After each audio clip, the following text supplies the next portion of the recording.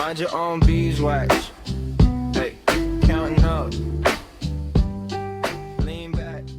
Yeah. Welcome to Mind Your Own Beeswax. My name is Grace, and today I am here with one of my favorite episodes, my book summary episodes.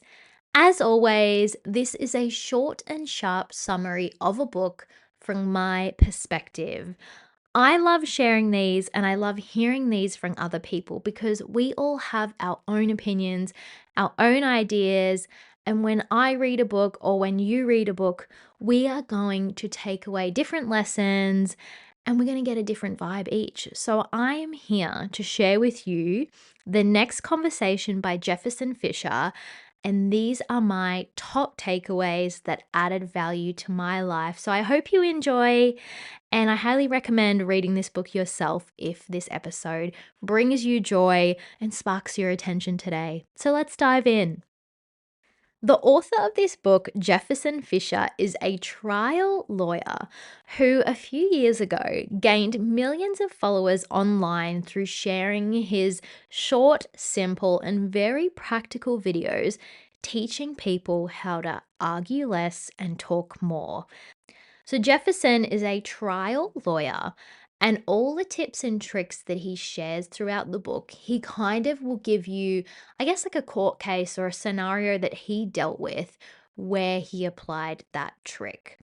There's so many fantastic things in this book, but a couple of the key things is that Jefferson talks about you should never win an argument.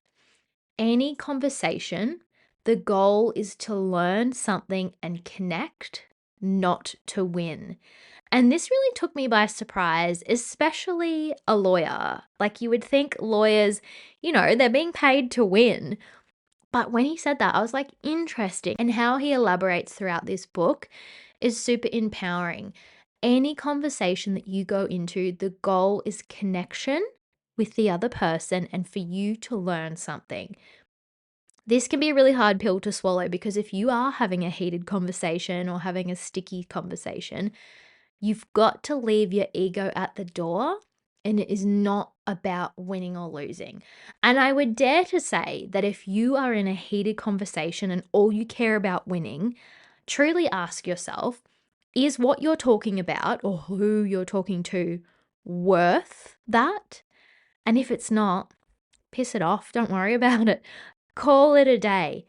But if that person or that topic is important, then the goal of connection or you learning something is more important than winning. And if you read this book and you use these tools, you don't need to win because your communication is going to be top tier. Jefferson breaks out this book into three key, sort of elements. So the key to communication is to say it with control, to say it with confidence, and you say it to connect. The chapters focused around saying it with control, I think are really powerful. And there's two things that I took away from this. So there's a chapter called The Gift of a Pause. And to me, this is game changing. And this is the number one thing that I have applied from this book is the gift of a pause. So how do you give someone the gift of a pause? Well, when it is your turn to speak, Jefferson says the first word you say should be a pause. So when you're having a conversation, there's back and forth. It's really easy as things get heated to speak faster and faster and louder, and you cut people off and you start really just jumping down their throat. And I know I'm guilty of this. Ask my family. If I'm having a heated conversation, I'm getting louder and louder and louder and louder. We don't want to do that. When you use the gift of a pause, when it's your turn to speak, before you say I this or I think, take a breath. So someone's talking blah, blah, blah. I think that's what you want to do. You want to take a pause, take a breath, and then speak. And this allows your brain to just chill, calm, and center. And that's the power, is by having that pause, it just allows you to settle just 1%. And I think the other thing it does is that it kind of like cools you down because you're literally taking a breath. And when you take a breath, you're forcing your body to relax. You're sort of forcing your shoulders to sort of loosen, because that's when you can be like, oh, fuck you, or like, you're such a dickhead. Like, you can really jump to things and you can react.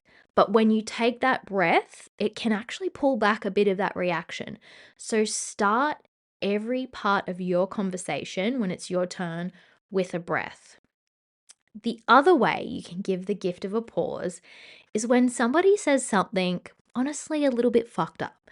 So if someone says, you're an idiot, let it hang. Just let it be silent. Let there be an awkward moment. Just let their horrible comment hang in the air. And I really love in the book, Jefferson gives a really good example of this. And I think he is interviewing someone who he's defending the victim, and he is interviewing someone on the stand in court who allegedly was driving and using their phone. So what Jefferson does is, don't quote me on the exact words here, but he basically says, were you on your phone when you were driving? And the guy immediately jumps down his throat and he's like, no, I wasn't. And Jefferson just lets it hang. He's just silent for a couple of moments. And then the guy's like, oh, well, maybe, I'm not sure.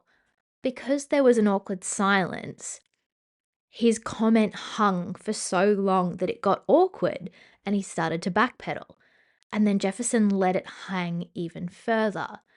And so the guy went from saying, absolutely not, no, no, no, no, to, oh, maybe, oh, okay. And then he let it hang further and he's like, well, maybe it was, I don't totally remember. And so basically, the guy backpedaled so far from Jefferson letting it hang in silence that he ended up basically like admitting to being at fault. And that is the power of letting it hang in the air and the gift of a pause. I have been giving the gift of a pause to a few people recently. So typically, when someone says something that I find offensive, rather than me reacting, rolling my eyes, or saying something, I just let it hang. And I just wait for them to change the topic or them to say something, and they never do.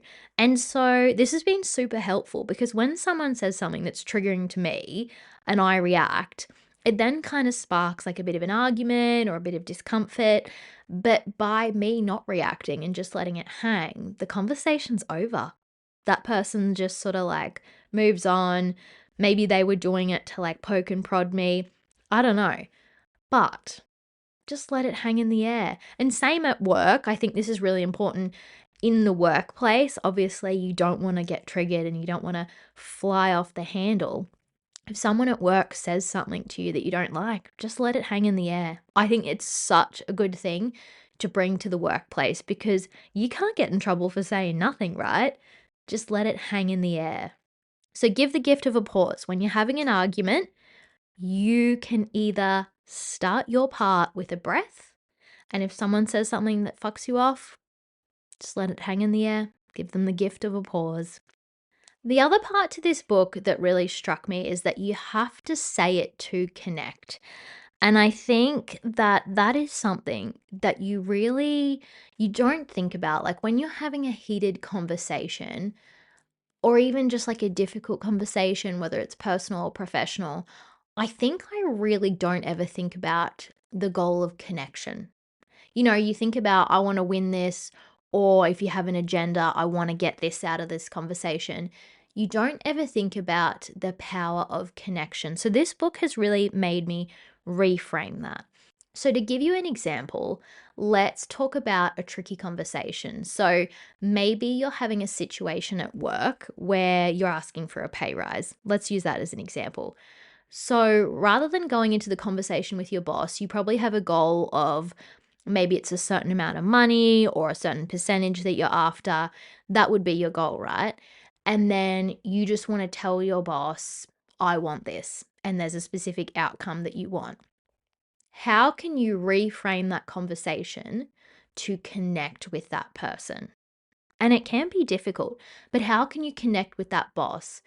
You need to tap into the feeling. So, What is the goal of the conversation? What can you teach them? What can they teach you? And how can you connect with them? So, Jefferson is really big on setting the tone for a conversation or starting off with a very clear goal. So, you could start the conversation off by saying, "Thank you for being here today," because you always want to thank them for making time. "Thank you for being here today. I'm hoping the goal of this session would be XYZ, and I really want to take you through that in the next 30 minutes." But then it's allowing that connection. So giving that other person space to speak, giving them opportunity to share their perspectives. And when they share those perspectives, that is where you need to connect and you need to have the openness to, I guess, learn. Can you really acknowledge the things that they are saying? So whether they are good or whether they are bad, it's really important to acknowledge those things. So Jefferson talks about how when they say something, repeating it back to them, and you don't necessarily have to agree, but you can say things like, "I appreciate that you feel this," or "I understand that you're telling me this." And by repeating back or acknowledging what they're saying, that really makes them feel heard and it makes them feel like they're getting their point across. So it's just having a really good conversation because you're saying your point, but you're really acknowledging them and letting them feel heard. And that is the power of connecting. You're saying it to connect. The final thing I loved from this book is Jefferson really teaches you how to say no. And this is something I am not very good at. I hate saying no. I'm not good at it. But Jefferson really explains a great way to say it. So, for example, a really good way to use this method is if someone invites you to something and you just don't want to go. And I want to acknowledge that that's okay. You can say no purely just because you don't feel like it. So let's say your friend invites you to go to breakfast tomorrow and you don't feel like going because you want to sleep in, you want to save money, you just don't like that cafe. You're not interested, but you feel really bad. It's your friend inviting you, you hate turning them down, you feel bad about it. That's okay too, right? It's all right to feel that way. So rather than just saying no, Jefferson talks about how a lot of people can make up an excuse. So maybe instead of saying no to your friend, you make up a lie and you say, "Oh, I've actually booked in to go to a class at the gym tomorrow. I'm so sorry I can't." It feels like a good excuse, but what happens tomorrow when your friend follows up and says, "How is that class at the gym?" Are you going to lie to them a second time? No, that's not what we want to do. And I think a lot of us are guilty of this, of feeling like you have to give an excuse. And you feel that bad that sometimes you will make up a lie to come up with an excuse. So, Jefferson's method is there's 3 steps. The first step in your response should always be say no. So, you don't have to say no. You can say, "I can't, I won't be able to, I'm going to have to take a pass." Those are some options. The next step is to show gratitude. So you want to say, "Thank you for inviting me. Thank you so much for thinking of me. It's really kind of you to offer. That means a lot to me." And then step 3, you want to show kindness. "It sounds like a wonderful time. I've heard great reviews. I hope it goes well. I hope you enjoy yourself." So to roll it all together, your friend invites you to the cafe. You don't want to go. So you say, "Unfortunately, I can't make it.